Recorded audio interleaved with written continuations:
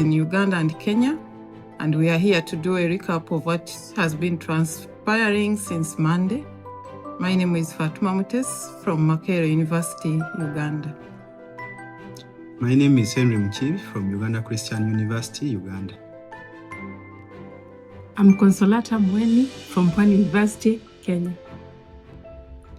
I am Haron Akala from the University of Nairobi, Kenya. On Monday, we learned about the different modes of research, including disciplinary research. Basically, the research is working on a given subject, but not in its entirety, but just addressing some aspects of that subject. Then we also learned about multidisciplinary research.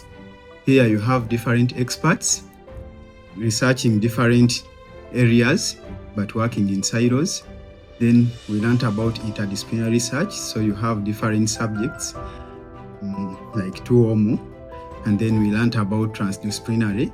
The beauty about transdisciplinary, it involves the community and other different stakeholders and actors, and all of them are working together to address that common research goal. On Monday, we were able to learn about the steps for transdisciplinary research.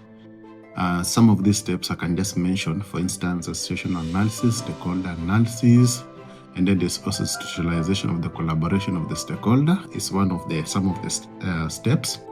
And these steps were like a guide for a researcher or a PhD student, which is like a checklist. And when you deviate in these steps, it means that your research is not transdisciplinary. It means it's related to the other discipline. On day 2, that was Tuesday, we looked at the basics of community-based research. Under this, we looked at the steps in community-based research, and we also looked at the barriers in community-based research, plus the stakeholder engagement and how it can be used in transdisciplinary research. This spectrum has elements of informing, involving, consulting, collaborating, and empowering. The last 2 components of this spectrum, that is empowering and collaborating, are very important in transdisciplinary research, and we need to employ them in our research as PhD students. On day 2, that is Tuesday, we also talked about knowledge co-creation, whereby this one is coming up with new ideas or new innovation, whereby we talked about 4 stages, and 1 is the co-ideation, whereby it's coming up with the idea. Then 2 is the co-design, whereby it's putting the idea into planning. And then 3, we have co-implementation, whereby it is putting the idea into performance. And then lastly is the co-evaluation, whereby it is checking on the performance of the project. On day 2, we also learned about situational analysis, and we looked at the problem tree analysis, where the community sit together with the researcher and try to learn about the problem affecting them in relation to the research. We will focus and look at the root causes of that problem. These are the root causes at different levels, and then these are the effects of that problem. After identifying the major problem in the community and identifying the major causes, we went further to look at the underlying causes of the problem, and we learned how we can use these underlying causes of the problem to solve the main problem in the community. So here we are supposed to pick one of the underlying causes as our focus in the study, with hope that we can solve the main problem identified.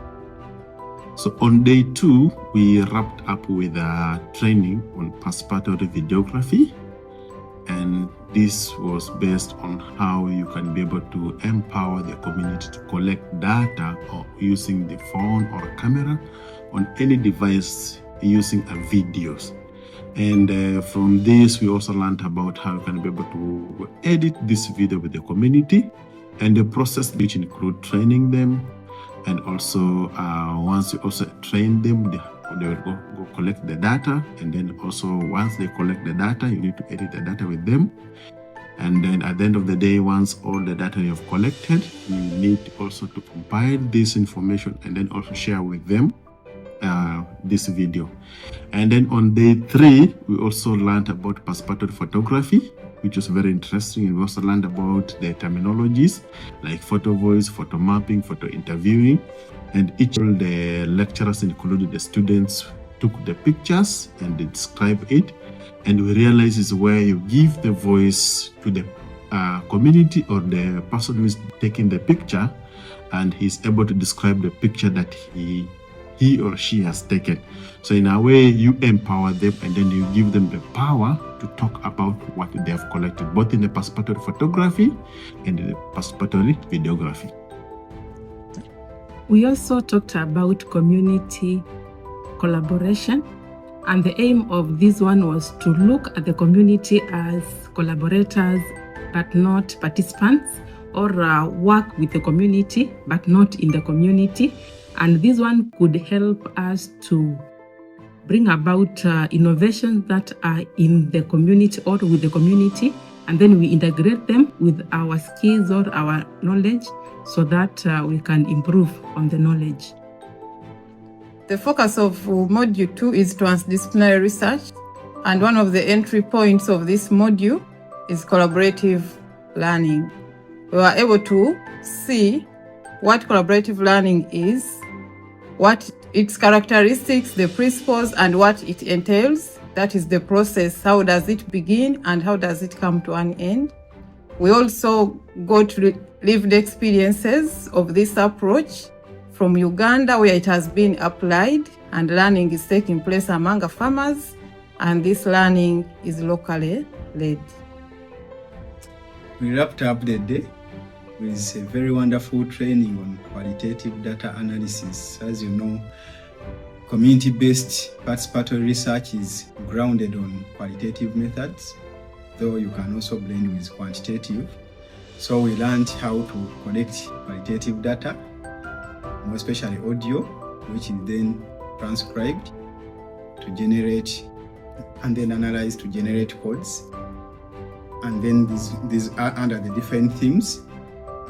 And then you generate also the subcodes based on the content.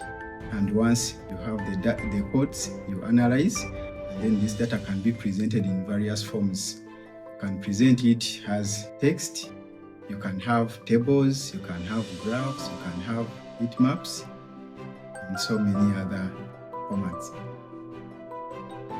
Thank you, Henry, for this session. I just wanted to ask you a question. We had a training from Monday until today, and I wanted you to tell us what is the key take-home message from this very intensive, very informative training.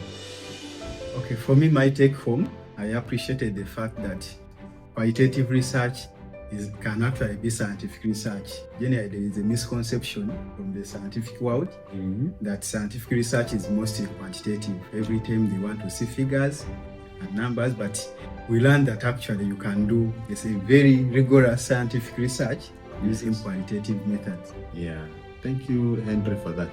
So to the team from Nottingham, we wanted just to tell you that you missed our cake. We had a so nice and tasty cake yesterday, and today we also had the cake. And we want to say thank you to Inka. Thank you. Bye-bye. Bye-bye. Bye-bye. Bye-bye and Mrakoza Chani.